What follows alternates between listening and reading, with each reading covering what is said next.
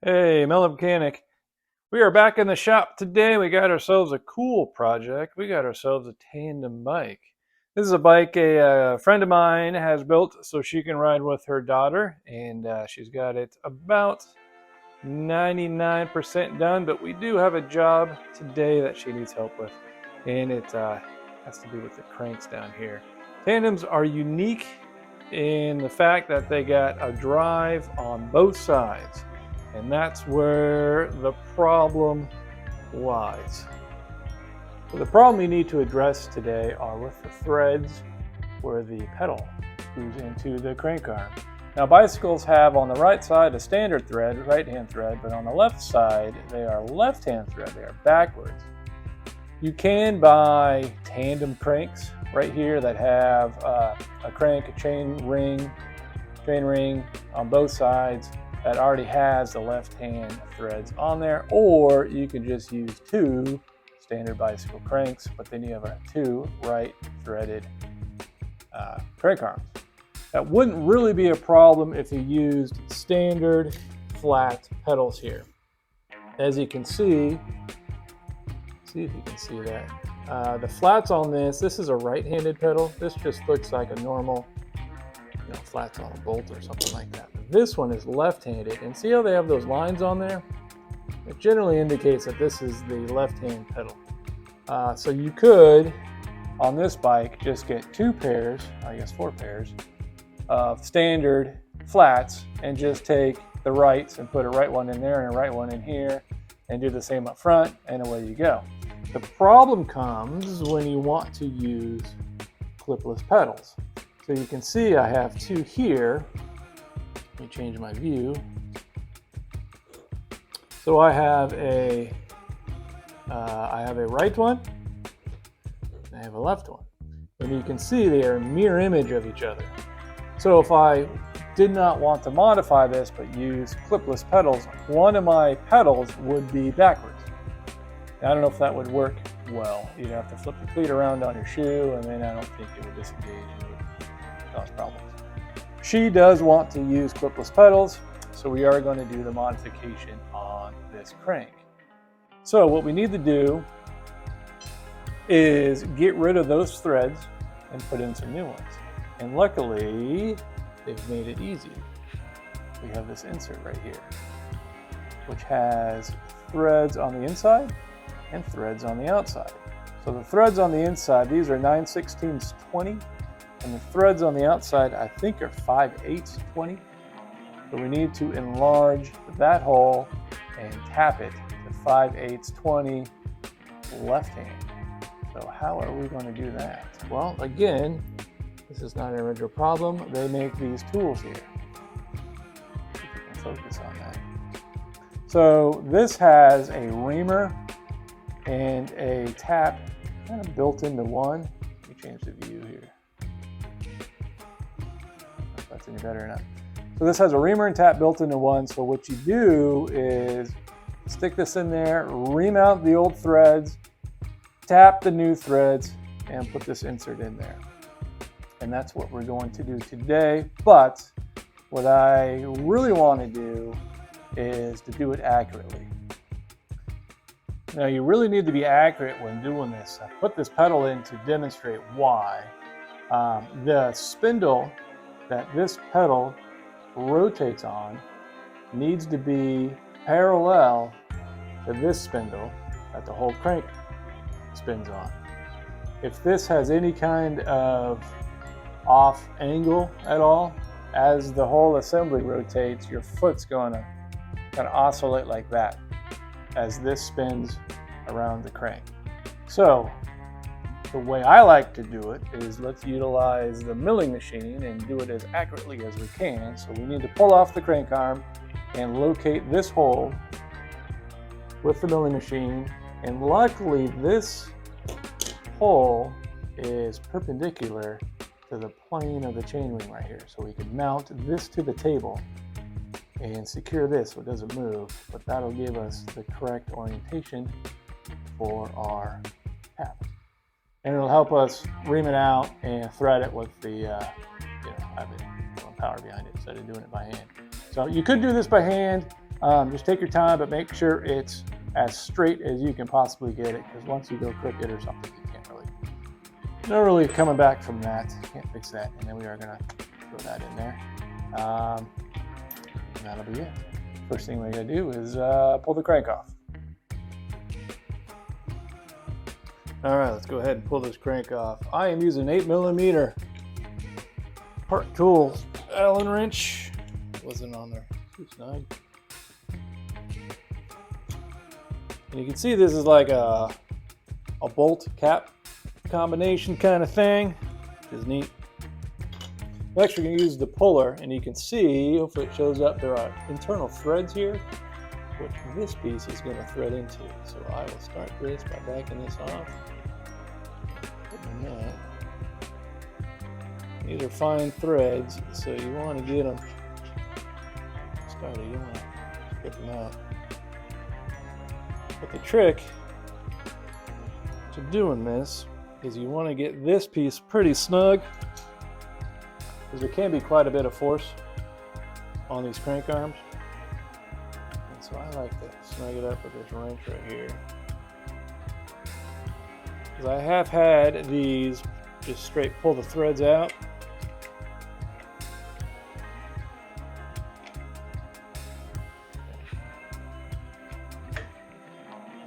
Snug that up just like that.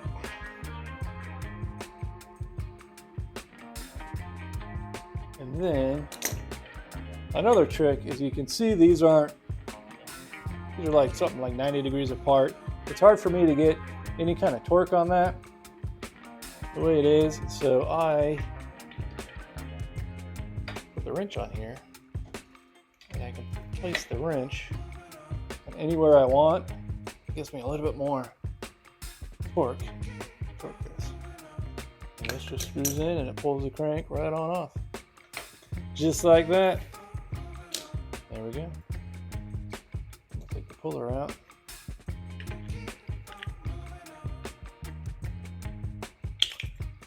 Just like so.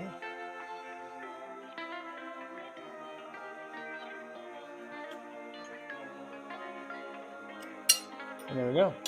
And you can see this has a square taper. That's what holds it on. I have a square taper. There we go. I just noticed it has a free wheel in it. That's cool. Wow. All right, let's get this chucked up in the mill and get those threads. All right, I got the crank on the mill here, and I'm going to need to figure out how to secure this. This does have a little bit of wiggle there, and then this has some wiggle because it has the freewheel there. So I got my hold down kit here. Let me get some parallels out here too. Let me get the big guys. We'll use those. And then I don't think, will that fit through the middle? No, can't do that. So let me, kind of don't want to move my vise, so hopefully we can do it right here. Let me go ahead and figure out how to mount this securely, and then we'll go from there and see what I can do. All right, just real quick here, I got it on these parallels here, and it appears that that's going to hold it, but I don't have anywhere to clamp it. So let's go ahead and take this chainring off and see if I can get my clamps in here to hold that down. Let's do that. All right, got it all clamped and secure. I have a piece of aluminum there and then a piece of wood on top of here because I really don't want to mar the finish on this, but giving that a hole doesn't seem to move at all. I got two clamps back here, my parallels. So this hole should be perpendicular to that plane right there. And so how we're going to find that hole is I'm going to cheat a little bit, and I have these right here. These are my thread taps for my pedals. The which is weird. I don't know why the bike industry did this, but there are two sizes of threads for pedals. So I have a half 20 and a 9/16 20. So I don't know why they use two different sizes. But you can buy these kits again from Park Tools. If your pedal falls out, sometimes you could re-thread it by throwing one of these in, cleaning out the threads, and putting the pedal back in, and that sometimes works. But we're going to use these, the 9/16. We're going to use the right hand thread. And the reason we're going to do this is on the back side of these, hopefully, there's a little indicator right there. See a little circle? So which one is this? This is 9/16 left hand thread. So I need this, which would be the right hand thread. And get out of the package. So I'm going to thread that in there.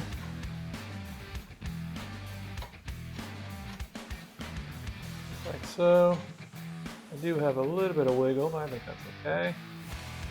And grab my indicator here, and let's find that, just like so. And then we'll zero it and do the work we need to do. Get that going.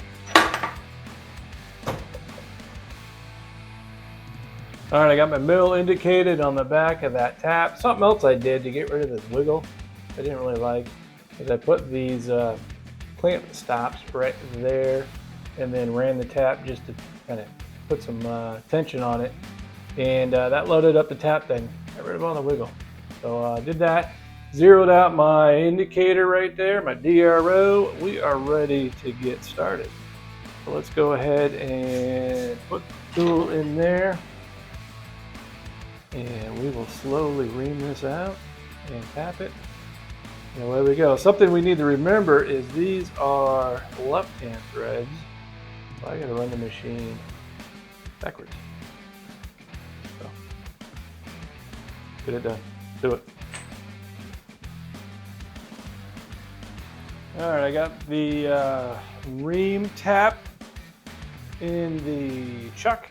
Unfortunately, I couldn't put it in a collet because it's like a 7/16 shaft. I don't have a 7/16 collet, so we're just gonna have to use the old Jacobs truck.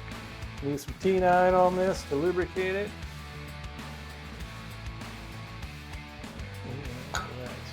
Yeah, we are gonna run it backwards.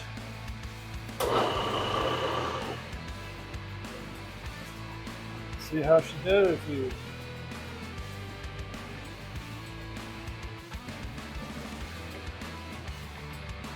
Okay. I don't want to cut threads on the with the machine. Do it by hand. So.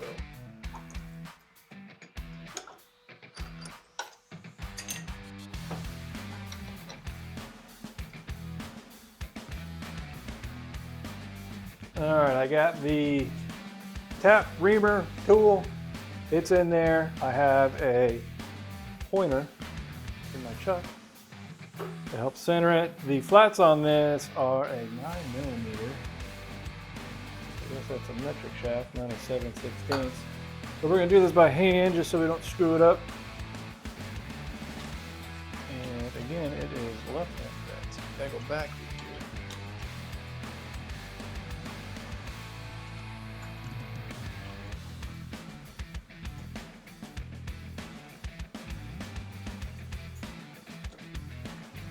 All right, I am all the way through. I had to graduate to the bigger wrench here because the little 9mm won't cut me.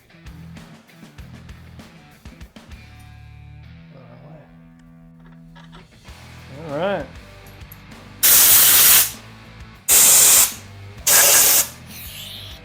Look at that.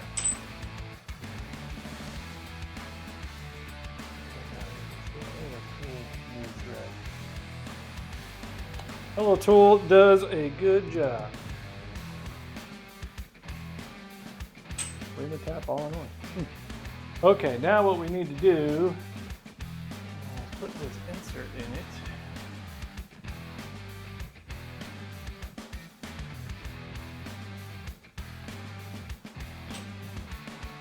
this guy in it right there, but it appears it's just going to be a hair too long.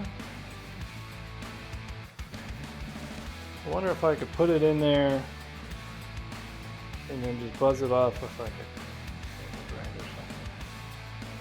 Or should I shave it down now? Let me shave it down now. Do that.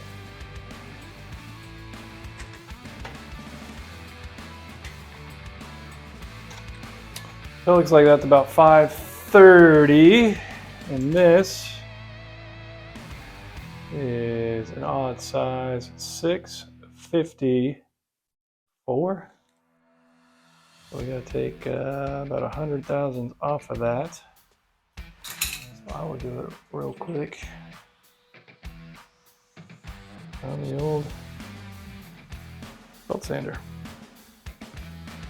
I put the spacer on this extra pedal I have just to hold it, and you can see how much I got to remove. So let's go ahead and do that. That was weird. I'm using my phone to film, and I got a some sort of alert that they're doing for the national something or other. Anyway, here it is all ground. Let's go measure it, see how close we got it, and put it in. Here is our piece. Look at that, 530. Perfect. Not bad for this grinder. Okay. Now to install this, what I'm going to do is put it back on this pedal. I'm going to grab some red Loctite. Red Loctite this to there. There we go. Okay, let me get my Loctite.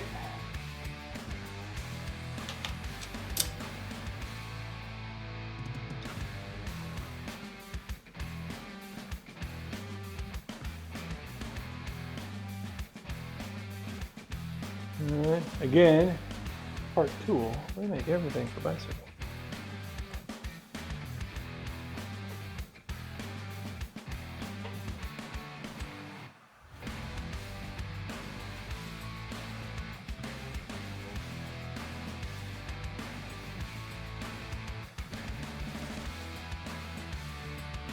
Get in here with this.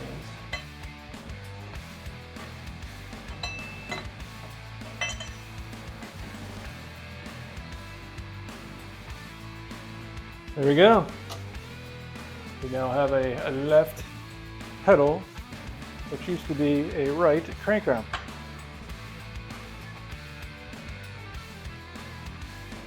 There we go. Now let's take this all apart and clean it up. And let's go put it back on the bike. All right, let's put this back on. Whoops.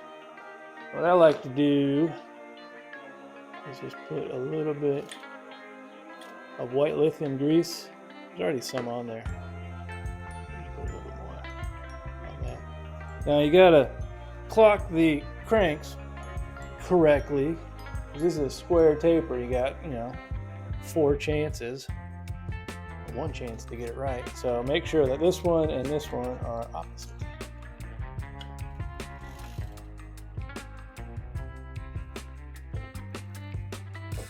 And there is a torque spec to this, but probably look at your, you do a new crank, look at that to see what it is, because it is pretty high, but I have a pretty big 8mm Allen wrench here, and I just kind of give it a good and tight right there. So.